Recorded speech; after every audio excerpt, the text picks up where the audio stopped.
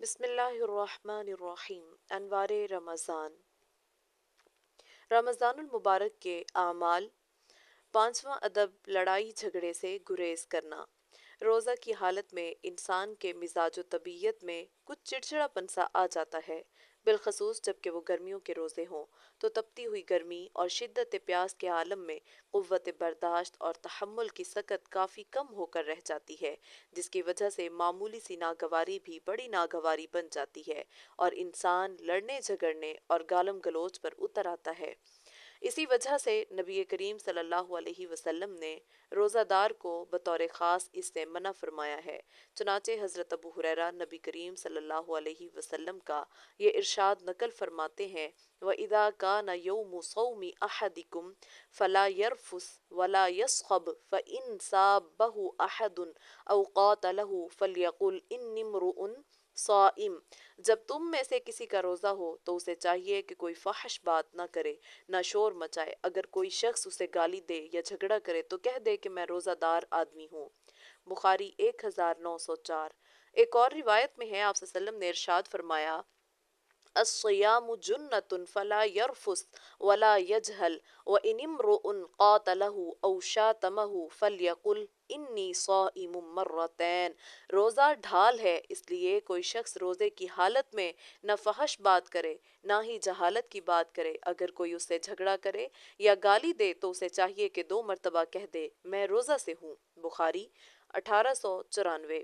گھروں میں کام کاج کرنے والے نوکر، خادم، چوکیدار، ڈرائیور، مالی، مزدور وغیرہ کے ساتھ رمضان المبارک میں آسانی اور سہولت کا معاملہ کرنا چاہیے، ان کے کاموں اور ذمہ داریوں میں کمی کرنی چاہیے اور یہ سوچنا چاہیے کہ وہ بھی ایک انسان ہی ہے، ان کو بھی روزے کی حالت میں کسی قدر آرام اور سکون کی ضرورت ہے۔ اسی طرح بیوی بچوں پر بھی بے جا غصہ کرنا، چیخنا چلانا، معمولی بات پر بے قابو اور آپے سے باہر ہو جانا، یہ اللہ کے نیک اور محبوب بندوں کا ہرگز طریقہ نہیں۔ اپنے اندر نرمی اور تحمل کی صفت پیدا کرنی چاہیے، بالخصوص روزہ کی حالت میں تو ان اخلاقی برائیوں کے قریب بھی نہیں پھٹکنا چاہیے، کیونکہ یہ چیزیں روزہ میں بطور خاص منع کی گئی ہیں، جیسا کہ مذکورہ بالا احادیث میں اس کی صراحت موجود ہے۔ حدیث میں آتا ہے، حضرت جابر بن عبداللہ رضی اللہ عنہ فرماتے ہیں: جب تم روزہ رکھو تو اپنے خادم کو تکلیف و اذیت مت پہنچاؤ۔ شعب الایمان 3374۔ ایک اور روایت میں ہے، نبی کریم صلی اللہ علیہ وسلم نے ارشاد فرمایا: من خفف عن مملوکہ فیہ غفر اللہ لہ واعتقہ من النار۔ جس نے اس مہینے اپنے غلاموں کے بوجھ کو ہلکا کیا، اللہ تعالیٰ اس کی مغفرت فرما دیں گے اور اس جہنم سے آزاد کر دیں گے۔ شعب الایمان 3336۔ حضرت جابر بن عبداللہ رضی اللہ عنہ فرماتے ہیں: وَلْيَكُنْ عَلَيْكَ وَقَارٌ وَسَكِینَةٌ يَوْمَ صِيَامِكَ۔ روزہ رکھنے کے دن تمہارے اوپر وقار اور سکون کی کیفیت ہونی چاہیے۔ شعب الایمان 3374۔ غصہ کی ممانعت و قباحت۔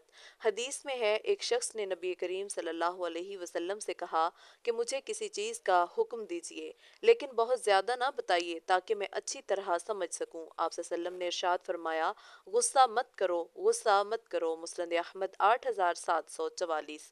حضرت ابو دردہ رضی اللہ عنہ فرماتے ہیں کہ میں نے نبی کریم صلی اللہ علیہ وسلم سے کہا کہ مجھے ایسا کوئی عمل بتائیے جو میرے لیے جنت میں داخل ہونے کا سبب بن جائے۔ آپ صلی اللہ علیہ وسلم نے ارشاد فرمایا: غصہ مت کرو اور تمہارے لیے جنت ہے۔ طبرانی اوسط 2353۔ ایک دفعہ نبی کریم صلی اللہ علیہ وسلم حضرات صحابہ کرام کے ساتھ بیٹھے ہوئے تھے کہ اتنے میں ایک شخص نے حضرت ابوبکر صدیق کو کوئی تکلیف دہ بات کہی۔ حضرت صدیق اکبر خاموش رہے، پھر اس نے کہا حضرت ابوبکر صدیق خاموش رہے، پھر تیسری مرتبہ اس نے کہا تو حضرت ابوبکر صدیق نے اسے جواب دے دیا۔ نبی صلی اللہ علیہ وسلم یہ دیکھ کر اٹھ کھڑے ہوئے۔ حضرت ابوبکر صدیق نے کہا کہ یا رسول اللہ، کیا آپ کو مجھ سے ناگواری ہوئی ہے؟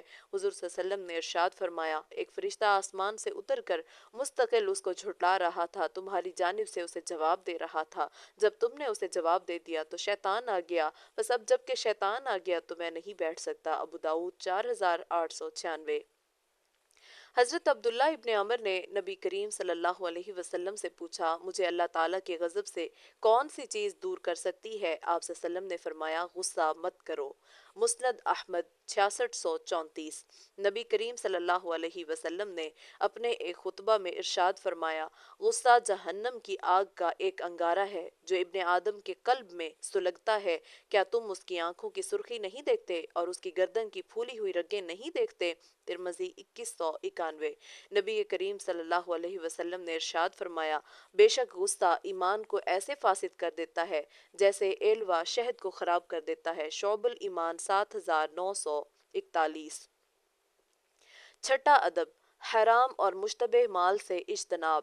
روزہ کا ایک اہم ادب یہ ہے کہ حلال اور غیر مشتبہ مال سے سحری و افطاری کا اہتمام کیا جائے تاکہ جو روزہ رکھا جا رہا ہے وہ قبول ہو اور اس کا مکمل اجر و ثواب حاصل ہو سکے، کیونکہ حدیث کے مطابق مال حرام سے کیے جانے والا عمل بارگاہ الہیہ میں قبولیت کے مقام پر نہیں پہنچتا۔ چنانچہ نبی صلی اللہ علیہ وسلم کا ارشاد ہے، والذی نفس محمد بیدہ ان العبد لیقذف اللقمة الحرام فی جوفہ ما یتقبل منہ عمل 40 یوما۔ قسم ہے اس ذات کی جس کے قبضہ میں محمد کی جان ہے، بے شک بندہ جب کوئی حرام لقمہ اپنے پیٹ میں ڈالتا ہے تو اس کے 40 دن تک کا عمل قبول نہیں ہوتا۔ طبرانی اوسط 6495۔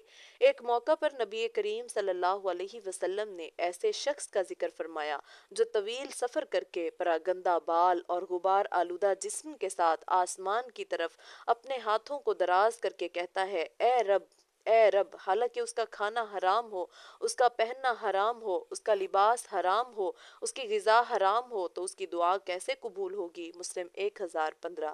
حضرت ابو ہریرہ نبی کریم صلی اللہ علیہ وسلم کا یہ ارشاد نقل فرماتے ہیں، لَأَنْ يَجْعَلَ أَحَدُكُمْ فِي فِيهِ تُرَابًا خَيْرٌ لَهُ مِنْ أَنْ يَجْعَلَ فِي فِيهِ مَا حَرَّمَ اللَّهُ عَزَّ وَجَلَّ۔ تم میں سے کسی کا اپنے منہ میں خاک ڈال لینا یہ اس بہتر ہے کہ وہ اپنے منہ میں اللہ کی حرام کردہ کوئی چیز رکھے۔ شعب الایمان 5379۔